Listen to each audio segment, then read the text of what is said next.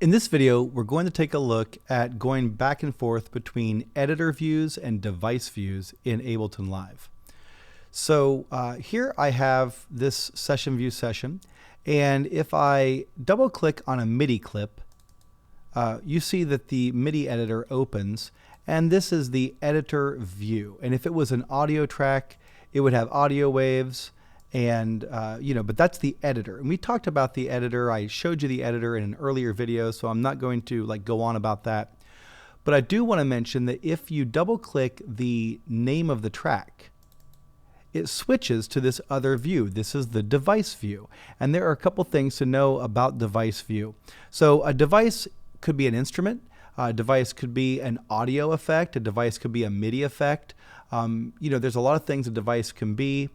It can be a collection of instruments and effects all grouped together into one container called an instrument rack or an audio effect rack. But here's a device view. Now there are some differences between the device and editor view. Most notably, you cannot make the device taller for most of the devices. It just kind of stays down there.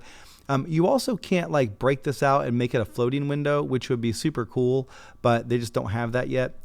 So in this device, we're looking at this drum rack. And first of all, there are a series of buttons on the left-hand side, and these are how you show and hide elements of the device. So right now, this knob up here is the symbol for macros. Macros are like assignable knobs that you can assign to the most important elements of your device.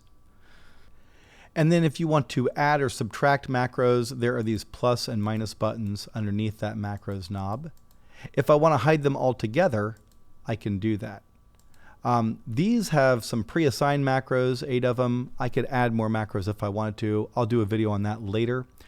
This is a snapshot button. If I want to save settings on macros, I can use that.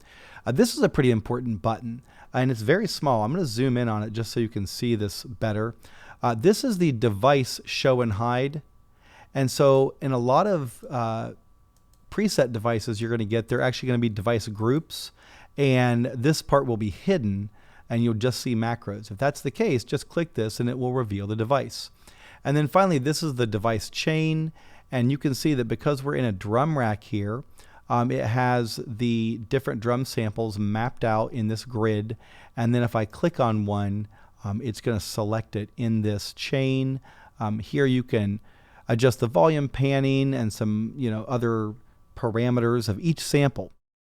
If I go to the right here, you can see the samples for each instrument in the drum rack.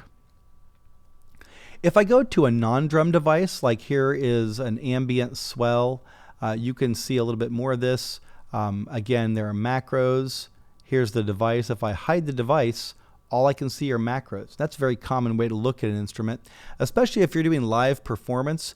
It can be overwhelming on stage to be fiddling with every single parameter on the instrument. So the idea is that you take the most important settings and parameters on an instrument and you map them to the macros. You can have up to 16. That should be enough, probably. And then these would map to a MIDI controller, and you can control them live on stage. But if you want to see the device, you can do that too. You can tweak the device in any number of ways, and I'm going to do a bunch of videos on that later on. And then you can see that there are nested devices within the device. So for instance, this has grain delay, auto filter, and reverb. If you see a device and it's vertical like this, if you just double click it, it will reveal itself here. All right.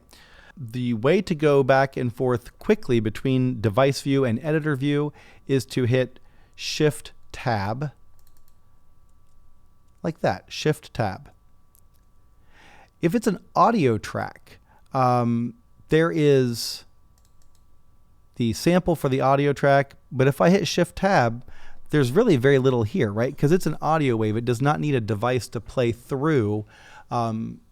MIDI has to have something to play through or you can't hear it. It does have this utility device on here, and that's just because I include that as a default device on every new audio track that's created in my session. It's a very handy plugin. I'll cover it in a later video. If I don't want that there though, I can just select it and hit delete. If I do add audio effects to this, for instance, here is echo, and then maybe reverb. Now those are my devices. And if I hit Shift Tab, those are the devices on that track. So device view, editor view, both very handy, and you hit Shift Tab to go in between them.